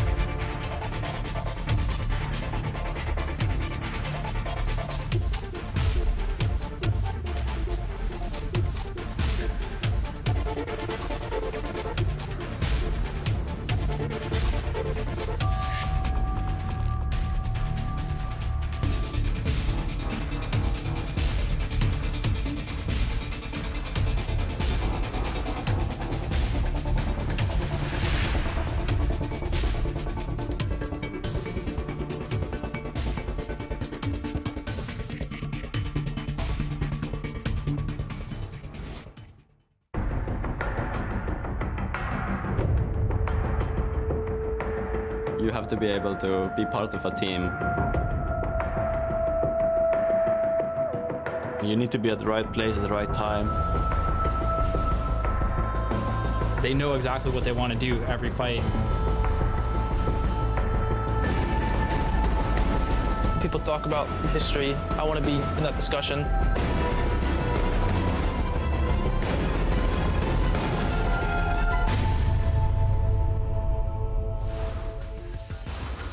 Well, ladies and gentlemen, if simple theory crafting wasn't enough to tell you that this would be a good meta for the Houston Outlaws, I think this match so far will have reinforced that prospect. Yeah, I think you're going to see a lot of different things throughout Stage 4 from a lot of different players. It's interesting, we were talking a little bit earlier today. It's like this is a meta that's good for players who played things that were deemed off meta, like your Pharahs, your Hanzos, players like Seagull, right? Who play a ton of Hanzo and Junkrat and Pharah and Libero and Jake. You think these players will really thrive? I'd say this is where the misfits of Overwatch T-Mobile! T-Mobile. The crowd has been chanting for T-Mobile in between the breaks and the Outlaws. They've been getting T-Mobile chants going on stage. It's been fun. This is what happens when you sign a marketable team. I've got nothing to say. But I was going to say, people get behind it. With with these, I guess, picks that maybe weren't meta as we're going to use. We use that word a ton, guys. You know what we mean by now, hopefully our explanation earlier on. It doesn't allow for a team like Houston, who struggled in the Overwatch League, especially around Stage 2, Stage 3, because they couldn't play the meta comp as effectively as some of the other teams. A different way to kind of explain it is heroes that were consistently in are, well, the heroes that were pocket picks, so to speak, where you could pull a Pharah out to surprise somebody or pull a Mei out on like a Nepal on some of the points to surprise somebody. Those heroes are not exactly pocket picks anymore. They're more of like moving into the staples department. It's like the misfit picks of Overwatch are now being celebrated. I mean, in a way. Not in the case of the Florida Mayhem, but you know what I mean, in terms of people coming in with these new picks. And it's no longer about gimmicks and cantrips when you're picking like a Hanzo, that the Mei to come in here, and the Reinhardt even to a degree. Now it's staple. A map like this, however, Matt, does kind of harken back to sort of more of a dive favoring, or Widowmaker favoring composition and setup. A lot of verticality here on Gibraltar, so we out there climbing like a jungle gym. Genji extremely important here. Your Tracer obviously can get into a lot of these flanking positions. Winston extremely strong here. It's going to be a very interesting stage. I think when you bring a lot of that like front-loaded heavy damage with like Pharah and Junkrat, and Widowmaker and Hanzo in, and then bring the shield of Reinhardt into the equation, makes it a lot tougher on tanks, right? Trying to gauge how much who's going to lose their shield first and how to back up, not put yourself in tough positions. Oh dear. Yeah. London has now lost more maps to Houston than any other team this season. Not surprising. Well, you have an extremely aggressive team in London going up against a very defensive team in Houston. I mean, they've got a monkey on their back, and and they've not been able to shake it. Muma on the Vegeta. This is great. Oh, I'm loving this. So, this is such a weird comp. They've just got a deeper in terms. I'm not being trolled. Surely this is actually a thing. Look at them escorting Linkster, giving him like the advantage in the head-to-head. Oh, this is so cool. Well, okay, I kind of understand this though, because you don't. I mean, if you don't want to run Winston at the beginning, you don't exactly have to. Linkster plays the Widowmaker here. What Muma provides? What Muma provides is like, Prophet can't dive him when playing Genji, right? I mean, with Muma right there, Linkster is protected. He is the VIP. Well, you see already, Prophet has switched over to Junkrat. It's great. I love it. It's a new take on this kind of comp, and it's just a diva. I just said there are no more gimmicks and cantrips. I have to retract that just a bit, because there's no main tank for the Houston Outlaws, and they're still getting stuff done because Linkster is just a monster.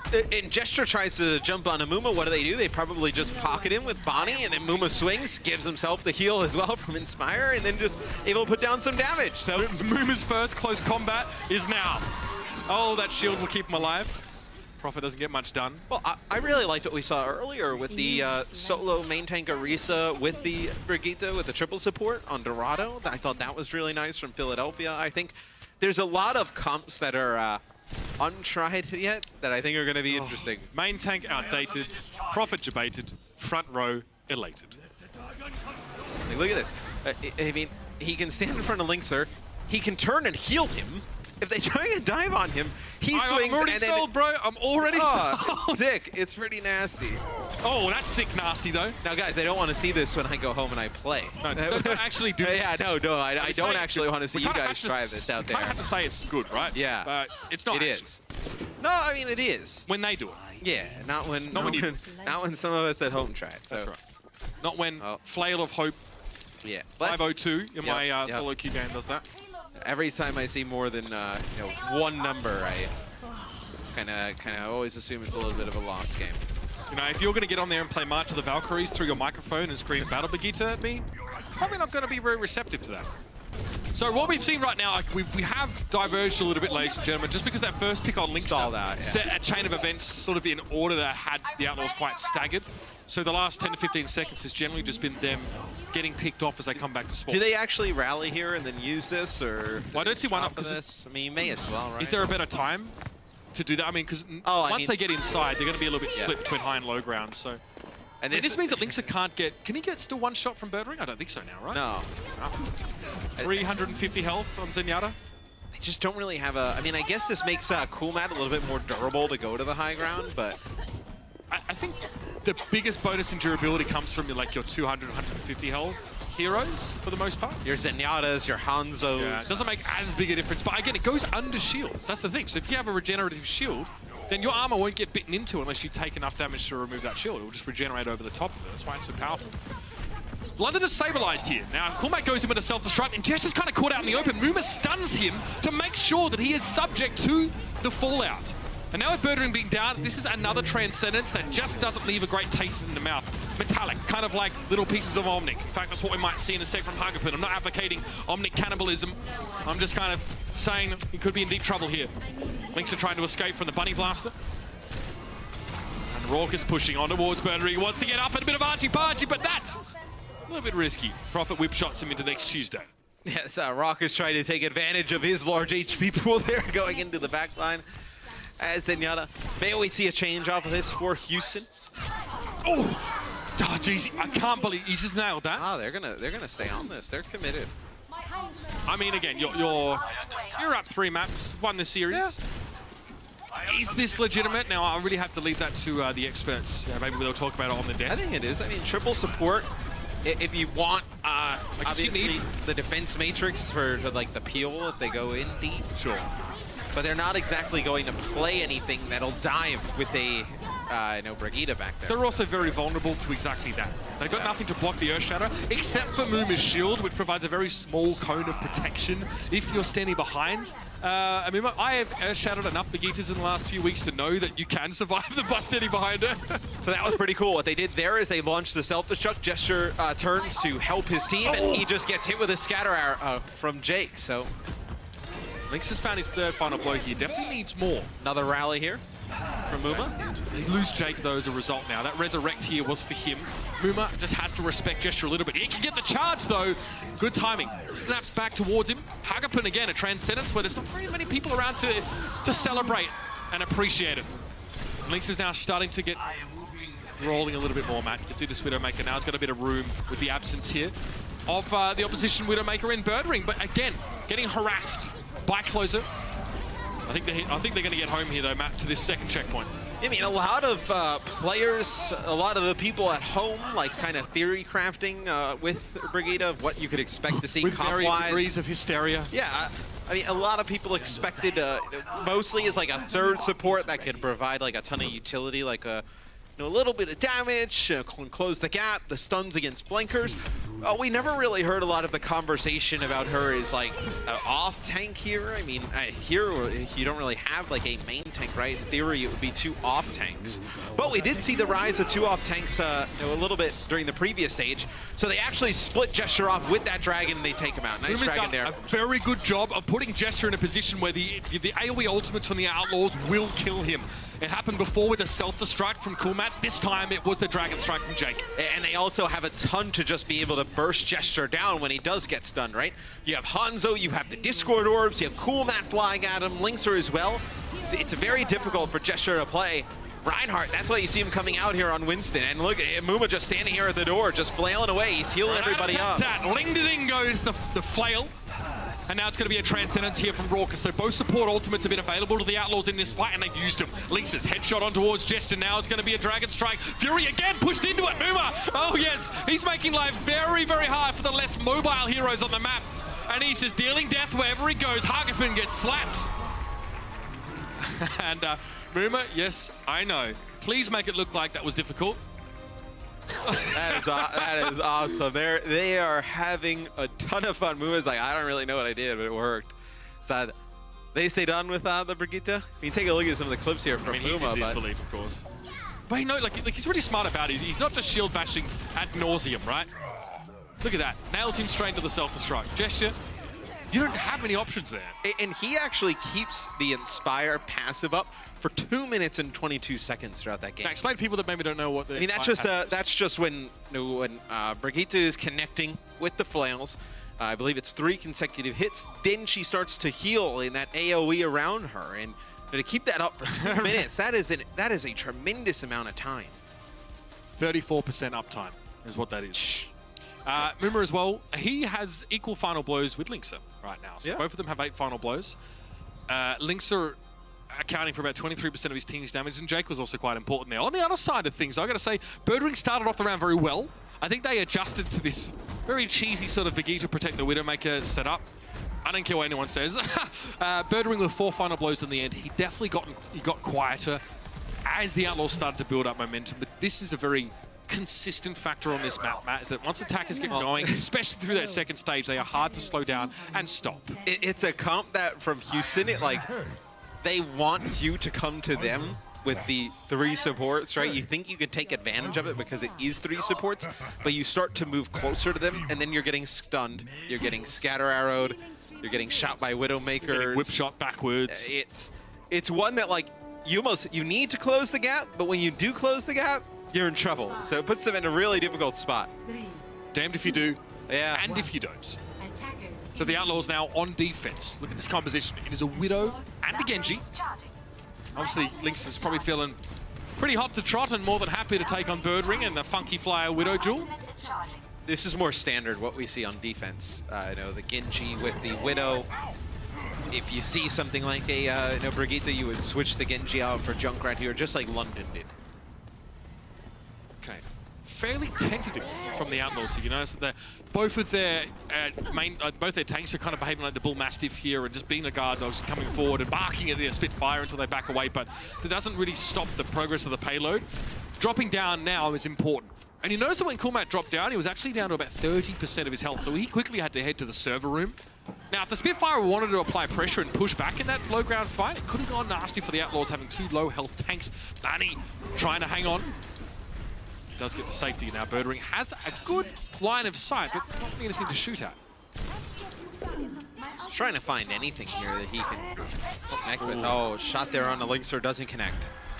Lynxer's been very sharp as well. It's not just about his positioning in general.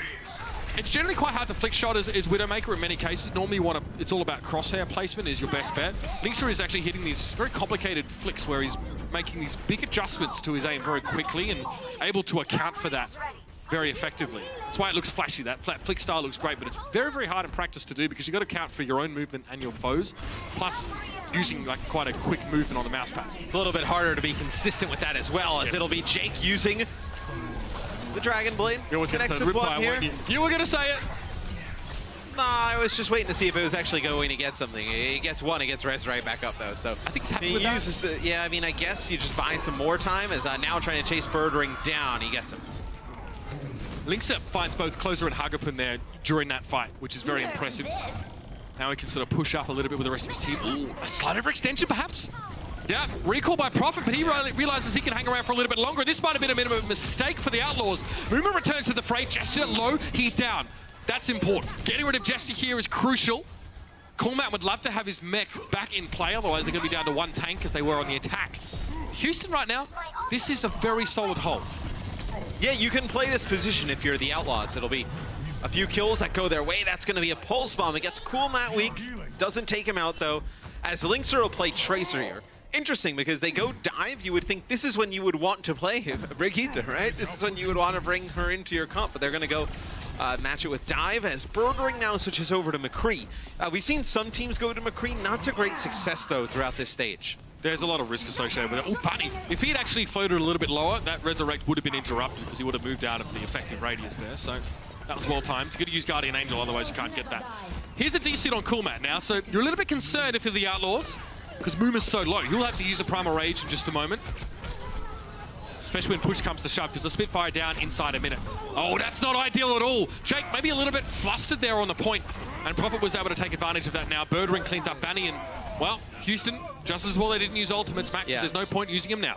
For a second, you could have thought that maybe Mooma uses his Primal Rage to stay alive.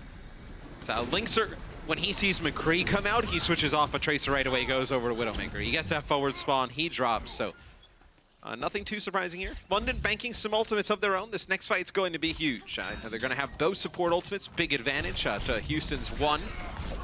If they're able to win it, they look pretty good to take point B. They have to hold on at least to like a one or two of these ultimates though, because Bonnie most likely comes back in that next fight with Valkyrie. Hagapin loses out in that battle with Raucus. Oh, it's tough. A great start now. That's a Dragon Blade I hear, and Jake's the one wielding it. Last time he found one kill. This time getting Birdring, you definitely feel like that was worthwhile. But Krieg can be definitely very threatening to Genji in some cases, while not a direct counter. And that's a good cleanup from the Outlaws. And here, this is a big pressure point, Matt.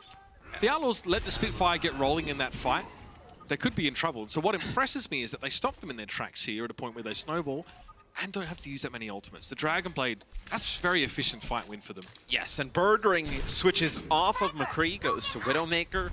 It's very difficult because there's a lot of high ground control here for the defensive Widowmaker. Playing far forward. Yeah, well, he has Jake in front of him, so deflecting any of the bullets. So if anyone would have came out like a Birdring trying to jump and shoot, he actually would end up killing himself there. But no, they're denying a lot of the high ground. So Mooma playing up in the top right, Jake in the top left. When they play these positions, you pretty much know that Birdring has to challenge from below. Now, Linkser realizes that the Spitfire might be pushing in, so he doesn't want to have to use any guesswork to know where Birdring's coming from anymore. He wants to know for sure, so he does use that infra sight. Birdring doesn't have his, there's not an option, so Linkser definitely has a distinct advantage right now in that matchup. Jake forces out Transcendence, though. Goes around that backside, forces out the Transcendence. Oh! Spitfire get a lot for that, though. They make use of it, Matt, and Birdring comes over the top, closes the gap on Linkser. Looks like they're going to get to the point B here. Maybe. It doesn't look like Houston has one more fight. It looked like for a second they may have had one more fight, which then it would have been really interesting, right? Because you would have had Valkyrie and Transcendence to go into the point and contest. They hold on to those ultimates, though. You wanna just win the map, right? I mean, they have completed the map already. A minute in the time bank. Things not looking good, though, man. No. That stagger gives Prophet about 40% of a pulse bomb as well. Yeah. You can see why it's kind of rough to get caught out there with that bad spawn. And you see London pushed ahead specifically to take advantage of that. That may or may not be enough to actually get them to the end here. Houston are coming up on big ultimates of their own. Jake has another Dragon Blade, so that's been one in the space of 2 fights, which is very good. Backed up with the Transcendence, he can get a lot of value, or does he just try and go it alone, be a low economy Genji player? Don't know what he's looking for right now. He seems to have been bamboozled. Well, losing Raucus in the snapback, I guess, and now Jake's in trouble. He's been taken down, and they've actually let the London Spitfire get a foot in the door here. Birdring clearly has safe positioning. Banny has to die in the payload, and the Outlaws might have one more chance to stop the Spitfire here. And now you see when London is able to play this aggressive style that they're used to. Nothing like a Brigitte on defense or like Houston. You're able to just run through. Now Jake will make the switch.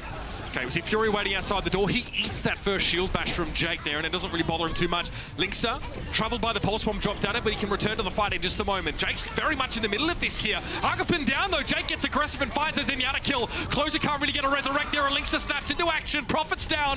The headshot on a Tracer blinking at long range. I don't know how he finds some of these. It's like one of those artists that creates sculptures out of grains of rice. Very precise work. There's a minute left for the Spitfire, and now they fall behind the Outlaws in time bank. And Gesture goes Rhine. Fury will go Zarya here at the end. You're not going to be able to get a ton of charge with this Zarya, though. Nothing like a spam, like a Junkrat or a Pharah here that's going to be shot into. Late Zarya switch doesn't feel great, you know, especially if you're the one who's on that Zarya having to make use of it. So, Fury, how good are you, mate? That's my question. Put a lot of pressure on Birdring to be able to win this Widow battle. Oh, the shield from Jade, that was so nice. I'm pretty sure that was what did the job. It allowed Closer to be taken down. believe that was the shield bash. I don't think Fury managed to bubble the Reinhardt. Muma will go Ryan as well. Jake getting close to a rally. That is such aggressive play from Jake, though. He's not backed up by Muma whatsoever. Normally you want to play close to your Reinhardt. Look at Prophet's positioning, relative to Gesture. That's where you want to be. Perhaps Muma just wasn't there in time. Lynx is down. Looks like they might have let the Spitfire go here. Slight over aggression. Will it cost the Muma charge onto the payload? Doesn't connect. The Transcendence, though. Damn, that's going to be worth a lot to them in this fight. They're going to get Rally, too.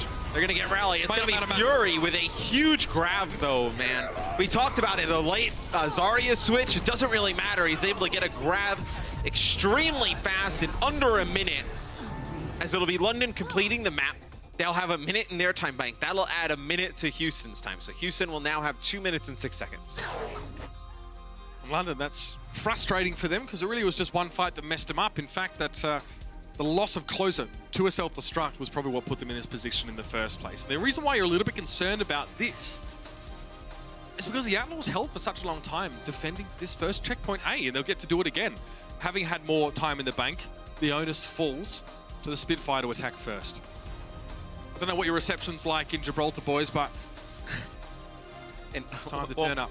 And also, with how Houston has played this match, you have no clue what to expect on D. I mean, they played a Brigitte Diva on offense. Let's see this in action. This is Jake, I believe. Okay, it wasn't Jake's. No, it was actually it was the Diva mech hitting. And where's the position of closer? It's such a small crack, infinitesimally small little opening there. So it was the mech that didn't break any shield. Jake was interested a bit further back. Hard to follow with that passage of play. That is just plain unfortunate. Looks like Houston will run double sniper on defense. So if Prophet gets oh no, Jake will switch, so they'll run Genji. I was gonna say, if Prophet got anywhere close, he would have been able to just scatter out him down. Surprised, maybe they saw some success with the Brigitte at the end with the triple support. Maybe you could have ran that, but they'll out with Jake on Genji. Wow, it was okay. I guess very position dependent. And eventually it ended up actually being their undoing that. They tried to actually push them in there, you saw that? Where Cool Matt and Jake were playing off to the left, and they tried to push in Gesture when he goes up to the high ground, but not able to do so. Gesture gets out of the way. Hagenpin takes a hit there. I would assume it was Linksa. As soon as Linksa goes to the high ground, he gets a lot of damage. Oh my lord, Manny! That's a one clip from Prophet. 30 seconds remaining. I mean, Prophet was navigating a lot of difficult things there. If he gets both of here, he may have just paved the way for the Spitfire. In fact, maybe he doesn't even have to. Hagenpin's the one that finds Linksa. Jake's the only player to find a kill for his team, and luckily, man, there is enough time for them to get back in this fight and respawn, but they must be careful. Yeah, I mean, the payload's still just making it around the corner now. It's going fast. Oh yeah, I mean, they've stacked up 4 players on it now. They're trying to just march this one on through. It's go time. In London, man, have a lot more ultimate percent generated so far. Can they challenge? They can. 55 centimeters was how close it was, but Linksa finds Birdring to start the fight. Now, Coolmat is desuited there, and Muma trying to redirect himself to get rid of Gesture or move him out of the way, but he leaves the payload in the process. And that was quite the short-lived fight as Houston realized there's no point investing further. They did use Transcendence. Maybe Houston, for a second here, I thought they were going to try and fight this. As Jake had a Blade and Raucus had Transcendence, maybe they were going to try and muscle their way through the doorway. Doesn't work out, they'll have to back up. They did get that Transcendence out there, so you don't have Transcendence to combat the Dragon Blade that'll come through from Jake. It's just, a lot of payload progress being made here by London. This could be dangerous, though. The payload's been obviously manned by 2 to 3 people at all times. And this is where attacking teams really build that momentum. This pulse bomb in the doorway. Oh, this could be so nasty. He got the stick. Oh, they lost Batty again. Despite finding Birdring, that's all well and good, but Jake's gone down to Hauger, putting that payload. Probably not going to stop here. It'll be the Outlaws just throwing the dregs of their composition to try and gum up the wheels, but that's all they're going to be able to do. Mumu is discorded, so forced to return to the rest of his team, but Fury doesn't have much to work with it. This might actually be quite the timely Transcendence here. Birdring can find headshots through it, but it's actually Linksa to get the damage done. They need to return to the payload, though, and stop it from getting to point B. Linksa, otherwise occupied, and he's in deep trouble now. Gesture has decided that he's very angry and not happy about Linksa being around. They'll chase him out of the position. No! Wipe the board clean, Jack. There wasn't much they could do there. No, they all kind of died. Yeah. Wow, I'm like Twitch chat. That's how quickly I react. What was that? I need to hide chat. Anytime the game ends. Sleeping into me. Anytime the game ends, it's the scene. I feel it. Okay, so perhaps that wasn't a letter number. No. Despite that, though, good turnaround. The Transcendence was really timely. Nice moment here from Hagopun. Nice shots, yeah. Just receiving Jake and then sending him back in a body bag. So, I'm sorry, Jack. well, you know, Jester's using his Primal Rage, Muma's using his. They're knocking players back and forth. You know, not able to get back to the point there. So I wonder, do you think Houston runs the Brigitte D.Va again? Do you think there's not much on the line? Like, okay, in the grand scheme of things, Houston definitely need those maps. Their map differential is pretty important. Although I think they have quite a good map differential. They're pretty anyway. good. I mean, remember in stage 1 they were like plus 18. Well, I mean, they had like a streak of like 5 wins, 4 O's in a row, as it were. So that's not a huge concern to them. But I don't think you're thinking about that. I don't think anyone's there with the Zach Galifianakis like numbers coming across their face trying to do what does it mean? Complex computational physics. I don't think that matters to them. I think they probably just like to win. And if they can do it with Brigitte and style on them, I'm down with that. So it looks like that's what's going to happen yet again. I mean, the Outlaws right now sit at plus 16 map differential, I believe, before the game started. So, considering that, I think the Philadelphia Fusion was 6-4 and 0 map differential, and placed ahead of the Outlaws. See, that makes quite a difference. You almost need to win this if you were Houston, right? After watching Philly beat Boston earlier today. Well, you realize now that the field is going to open up a lot between 2nd and 7th place, and you definitely want to be there to make the most of it. Good response. You see, Banny immediately recognizes that his mate Lynx has been jumped on. How afraid of Muma are they, by the way? There's 4 players backing away from one Brigitte. I know she lives. Well, come on. Muma has cleared space just by existing here up on the high ground. The fear of God is in him right now. Oh God! I don't think they have a clue how to attack this, because if they dive Muma, they pocket him to no end, and then they just die to everybody else. If you dive on everybody else, Muma just pushes into your supports and takes them 1-on-2. Lynx, you've used up your Uber yells for the day, mate. I can't keep getting excited when you get these nice shots. You get a cookie. Oh, no, not doing it. He found Prophet, though, and that's big. He's found Birdring and Prophet in the same fight, and the London are just in tatters right now. Man, the Outlaws are actually going to have time to spare if they capture the point at this rate. Birdring responds, though, so he gets there. Fury was desuited already by Lynx, and that might have been actually more lethal, ultimately, as Jake's Dragon Strike was able to rip through, and Muma getting inspired. A lot of healing being given there. Big dash. Closer has no idea what's actually going on. Just being knocked about. Heaven and Earth reversing themselves, and Muma's in there. He's using his rally. Hagopun uses Transcendence as well, as that'll be the first place. You see Muma just sprint out the doorway. He doesn't care. He's like, I'm going. Get him, He's chasing him down. Get him! He's like, I got 400 HP. I'm good. But you see, I mean, he's getting damage boosted by Bonnie like through a lot of this. Oh yeah, he's loving it. Well, he's out there screaming ka-chow at him. You have Dragon Blade for Prophet. Hagopun's down. It's just the long-range shots coming in from Jake. Linkster switches over to Tracer now. But Dragon Blade here from Prophet. You just get shield bash, don't you? Well, no, I mean, you get shield bash, and then they're just going to shoot a dragon right at you. So Muma will be definitely looking for a potential Genji ultimate in here, and I think Prophet knows that. So how do you play around the Brigitte? Here you go. Here's a clinic for you guys watching at home, wondering, if the Brenji will ever see the light of day again. Muma now just trying to hold his ground. Charging forward as well, causing a lot of problems for the enemy D.Va. Here's the Dragon Blade. Do you have a shield bash? Oh, not quite yet. Prophet's able to evade for the time being. He gets nothing, though, because the Transcendence was charged up in the interim, and Birdring's down. Hanzo finds the pick now. Jester's going to struggle as Muma just charges headlong at him, and the whip shot is enough to finish the kill. He wants to tangle. Oh, yeah, come at me, he says.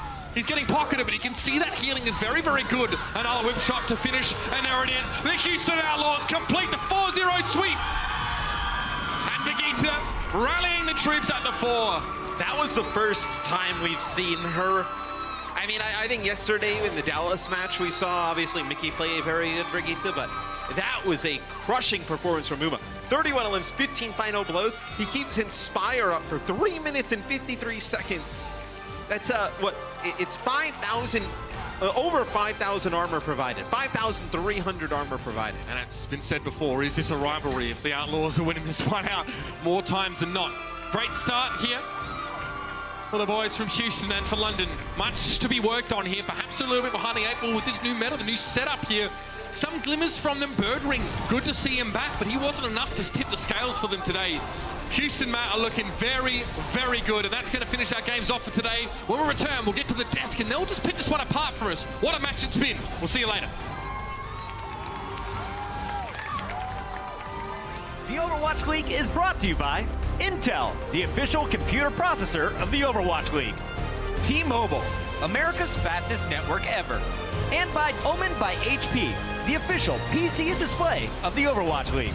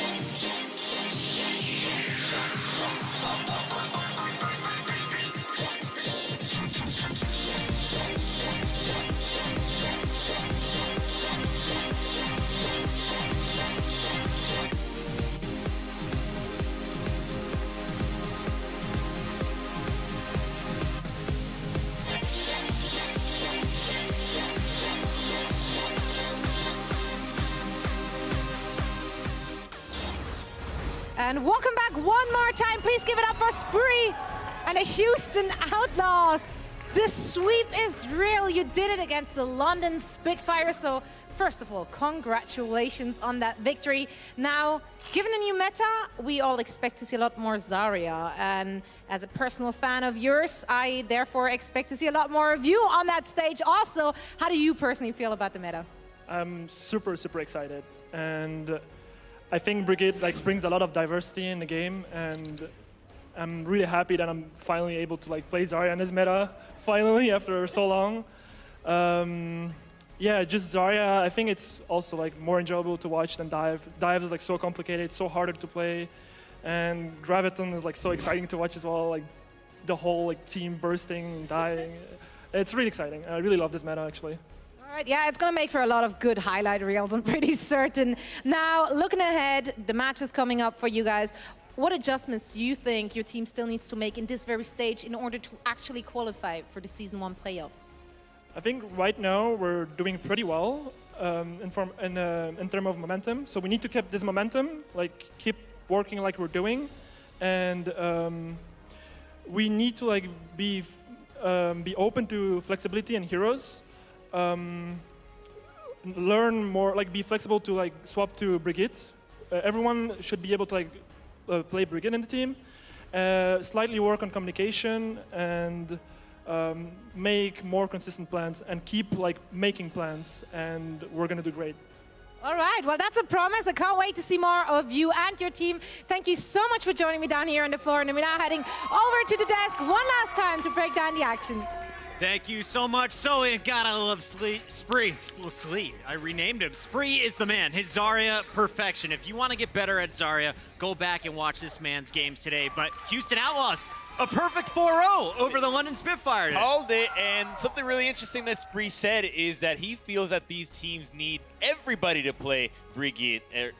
Brigitte. Yeah, Brigitte, yes. He feels like everybody needs to play it, and that's going to be telling of how the meta is going to develop. Are you going to have every single member capable of playing a specific hero? I think yes, and that's really cool. We got a new meta. We don't know what we're going to see in the upcoming matches, but we do know that the matches are going to get even tighter from here on out. Let's take a look at the overall standings, because Houston's win today has a major impact. They now jump over the Gladiators due to that map count. They're now 10 maps over the Gladiators. It could come down to the 7 versus 8 as we have all these teams fighting for the top 6. It definitely could, and if the Outlaws and Gladiators keep up their strong performance that we've seen in Week 1, we might start to see them nipping on the heels of teams like the Fusion, the Dynasty, the Valiant, maybe even the Spitfire.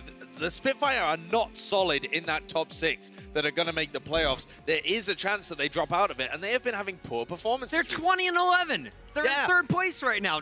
Not a sure thing? No, definitely not a sure thing. They went 5-5 in the previous stage. If they have the same performance right now, you got to be worrying. Fusion look really good, Outlaws look pretty good, and the LA Gladiators look pretty good as well. So if these teams start to rise and the Spitfires start to fall, they could definitely get overlapped. You cannot sit back if you're the Spitfire. Much like the first half, the second half was mostly Houston Outlaws highlights. Let's take a look back at Lijiang Tower. This is where it started with Control, and Jake so strong on that far. Lynx are going back to the Widowmaker. And London Spitfire took them a while to really figure out and find an answer. Every game, it felt like they just attempted a certain composition, and then they realized, oh, what the Outlaws are doing is a little bit better. Let's try to switch to that one. They were just trying to match what the Outlaws were bringing in. Unfortunately, that's only going to get you as far as what the Outlaws have. You're really never going to be able to emulate it and surpass it at the same time. So I think that's what London's doing. They need to take a hard look at how teams are playing and reassess their approach.